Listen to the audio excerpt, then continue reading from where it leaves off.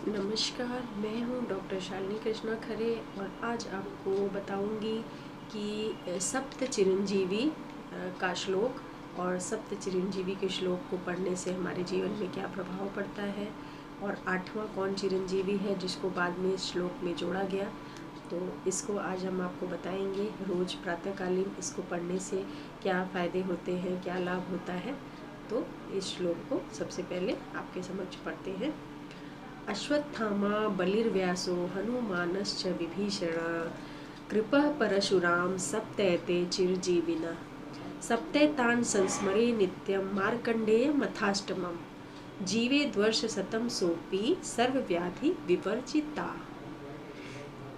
अश्वत्थामा बलिर्व्यासो यानी अश्वत्थामा बलि, व्यास, हनुमानश्च विभीषण हनुमान विभीषण, कृपा परशुराम कृपा परशुराम, सप्तैते चिरजीविना ये सात जो है वो चिरजीविना है यानी इनको बहुत दिन तक जीवित रहने का वरदान प्राप्त है, या जब तक यह पृथ्वी है तब तक इनको जीवित रहने का वरदान प्राप्त है। सप्तैतान संस्मरे नित्यम मार्कंडेय मथाष्टमम, सात के बाद जो है ये मार्कंडेय जो है ये आठवां नाम भी जोड़ा गया इसमें बाद में मार्कंडेय ऋषि का। तो आठवां मार्कंडेय जी को माना गया है। जिये द्वर्शतम सोपि सर्वव्याधि विवर्जिता, जो इस श्लोक को प्रातःकाल स्नान के बाद प्रतिदिन इस श्लोक को पढ़ने से व्यक्ति की आयु शतायु होती है, रोग व्याधियों से उसको छुटकारा मिलता है और तमाम प्रकार के कष्टों से छुटकारा मिलता है। शतायु उसकी आयु शतायु होती है ऐसा कहा गया है। तो एक एक करके हम बताते हैं ये कौन कौन लोग थे। तो सबसे पहले अश्वत्थामा। तो अश्वत्थामा को आप लोग जानते हैं, अश्वत्थामा द्रोणाचार्य के पुत्र थे और किस प्रकार से उन्होंने पांडवों के पुत्रों की हत्या की थी महाभारत का युद्ध समाप्ति के समय, और किस प्रकार से कृष्ण भगवान ने उनको श्राप दिया था।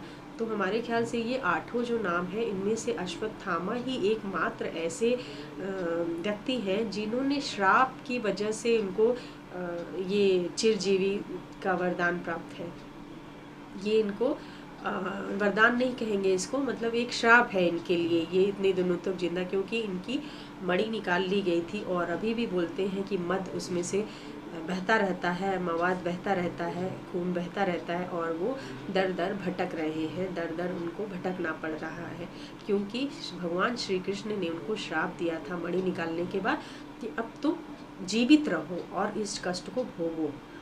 तो एक ये है अश्वत्थामा जो अभी तक जीवित है। इनको कभी कभी कहीं कहीं आप देखते होंगे कि सुनाई देता है कि ऐसा कोई व्यक्ति पुरुष दिखाई दिया लंबे कद काठी का, जिसको कोड़ जैसा मवाद हुआ है इस प्रकार का।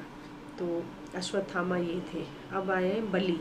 तो महाराजा दैत्यराज बलि को भी हम आप सब जानते ही हैं, कितने बड़े दानी थे बलि और किस प्रकार से विष्णु भगवान ने छोटे ब्राह्मण का रूप धर के और उनसे दान में 3 पग भूमि की कल्पना की और मांगी 3 पग भूमि उनसे, और 2 पग में उन्होंने धरती आकाश नाप लिया और तीसरे पग में जब कुछ नहीं बचा तो उन्होंने कहा कि मेरे शीश पर ही आप पग रखिए। तो शीश पर जब उन्होंने पग रखा तो पाताल में उनको भेज दिया और स्वयं उनके द्वार प्रहरी बन गए और उनको भी चिरजीवी का वरदान देते हुए उनके साथ ही विष्णु भगवान उनके द्वार प्रहरी बन गए।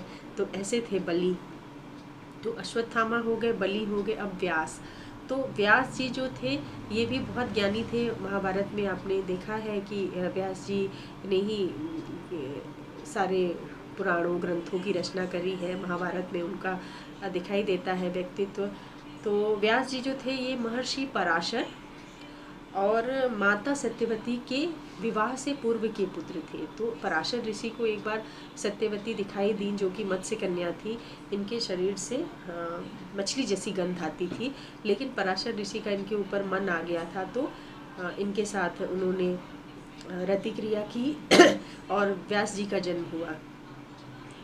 तो इन्होंने भी जो सत्यवती थी इन्होंने भी शर्त रखी थी कि आप ऐसी जगह मेरे साथ शारीरिक संपर्क स्थापित करेंगे जहाँ एक पक्षी भी हमको ना देखे, पूरा अंधकार हो और एक कोई पक्षी, कोई पशु, कोई भी हमको ना देखे, इंसान तो दूर की बात है।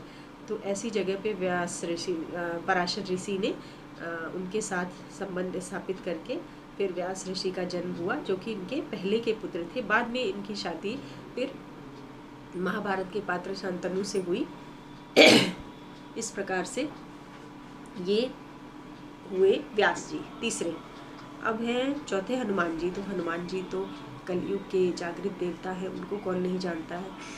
हनुमान जी को सीता जी ने भी कहा जाता है कि वरदान दिया था, अष्ट सिद्धि नौ निधि के दाता, असवर दीन जानकी माता। तो जानकी माता को भी लोग कहते हैं कि उनकी वजह से हनुमान जी चिरजीवी हैं। और कुछ लोग ये भी मानते हैं कि जब बचपन में छोटे थे हनुमान जी, तो उन्होंने सूर्य को निगल लिया था। तो इंद्र भगवान कुपित होके ना उनको अपने वज्र से प्रहार कर दिए थे। तो इसकी वजह से उनके पिता वायु देवता बहुत कुपित हो गए और बहुत पूरी प्रकृति में प्रचंड वायु वेग बहने लगी। तब सारे देवी देवता उनको मनाने के लिए हनुमान जी को चिरंजीवी का वरदान देते हुए उनको वरदान दिया, और फिर वो जो चोट लगी थी उससे उठे। तो ये भी कहा जाता है कि इस वजह से भी हनुमान जी को चिरंजीवी का वरदान मिला। अब आते हैं विभीषण। तो विभीषण को भी हम सभी जानते हैं, रामायण में पात्र थे विभीषण, रावण का भाई। क्योंकि ये सदा सत्य के मार्ग पर चले, भाई होने के बाद भी असत्य के कारण उनका साथ उन्होंने नहीं दिया। इस वजह से रामचंद्र जी ने, ऐसा कहा जाता है कि सरयू में जब वो अपने शरीर को समाहित करने जा रहे थे, तब उन्होंने विभीषण को कहा था कि तुम अभी धरती पर ही रहोगे जब तक ये धरती है। तो विभीषण जी भी इस प्रकार से चिरंजीवी है। अब जो है विभीषण के बाद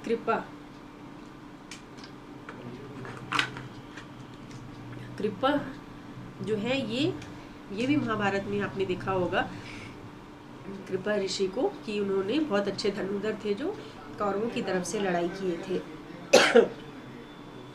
कृपा और कृपी दो भाई बहन थे, जिसमें कृपी जो थी ये द्रोणाचार्य की पत्नी थी। तो अश्वत्थामा जो है वो द्रोणाचार्य के पुत्र थे, और कृपा जो है वो उनके मामा हुए इस प्रकार से। तो इनको भी वरदान प्राप्त था बचपन से ही कि ये बहुत ज्ञानी थे, धनुर्धारी थे, और इनको भी इस तरह से सप्त चिरंजीवियों में से एक स्थान प्राप्त हुआ कृपा को। फिर आते हैं परशुराम। तो परशुराम को भी हम सभी जानते हैं रामायण से समय से, और चूंकि ये बहुत पहले से थे, रामायण के समय भी मौजूद थे और रामायण के बाद भी, और आज भी कहीं मौजूद होंगे। ये सब एक रहस्य है। तो परशुराम जो हैं ये विष्णु के छठे अवतार माने गए हैं, और क्योंकि इनको परशु यानी फरसा एक शिव जी की बहुत तपस्या करने से मिला था, तो इनका नाम परशुराम पड़ा। और इनको भी चिरजीविता का वरदान है, और ये भी माना जाता है कि आज के समय में कहीं जीवित होंगे, कहीं पहाड़ पर, कहीं दूर कंदराओं में, ये सब लोग आज जीवित होंगे। आठवें हैं मार्कंडेय ऋषि। तो मार्कंडेय ऋषि जो थे, इनके पिता मृकुंडु और माता मरुद्वती थी। इनको कोई पुत्र नहीं हो रहा था, तो बहुत तपस्या से इनको एक पुत्र का वरदान प्राप्त हुआ, लेकिन वो पुत्र 12 वर्ष की आयु का था खाली, मतलब उसको 12 वर्ष में मृत्यु हो जाएगी। लेकिन वो बहुत बड़ा शिव भक्त था वो पुत्र मार्कंडेय, जिसका नाम मार्कंडेय हुआ। तो एक बार जब 12 वर्ष की आयु हो गई, तो यमराज जी आए उनके प्राण लेने के लिए। तब उस वक्त वो मंदिर में पूजा कर रहे थे। यमराज जी को देख के मार्कंडेय जी डर गए और शिवलिंग को कस के पकड़ के बैठ गए। लेकिन यमराज जी ने उनके ऊपर एक रस्सी का फंदा फेंका उनको ले जाने के लिए, तो शिव जी कुपित होकर के प्रकट हो गए, और तब यमराज जी ने डर के मारे जो है फंदा छोड़ दिया और उनको शतायु का वरदान दिया। मतलब जो शिव जी का अनन्य भक्त होगा उसकी कभी अकाल मृत्यु नहीं हो सकती, उसको शिव जी खुद बचा लेंगे, वरदान देंगे। तो इस प्रकार से पुरानी ये मान्यता है, पुराना ये श्लोक है कि ये इस प्रकार से 7 और 1 मार्कंडेय को लेके 8 लोग इस समय इस धरती पर जीवित हैं, और इनका ये श्लोक पढ़ने से सुबह प्रातःकाल हमको चिरजीविता प्राप्त होती है, शतायु प्राप्त होती है, और रोग से मुक्ति मिलती है। तो इसलिए हमको ये श्लोक एक बार हम और पढ़ देते हैं आप लोग के समक्ष। अश्वत्थामा बलिर्व्यासो हनुमानश्च विभीषण कृपा परशुराम सप्तैते चिरजीविना सप्तैतान् संस्मरे नित्यं मार्कंडेय मथाष्टमं जीवे द्वर्ष शतम सोपि सर्वव्याधि विवर्जिता। ये श्लोक प्रतिदिन प्रातःकाल आप सभी पढ़ें और रोग मुक्त रहें, लंबी आयु रखें। इन्हीं वाणी के साथ मैं आपको सभी को नमस्कार करती हूँ। फिर किसी श्लोक के साथ, किसी अर्थपूर्ण विषय के साथ आपके समक्ष उपस्थित होंगी। तब तक के लिए मेरा आप सभी को नमस्कार। मैं डॉक्टर शालिनी कृष्णा खरे आप सभी से विदा लेती हूँ। नमस्कार, धन्यवाद।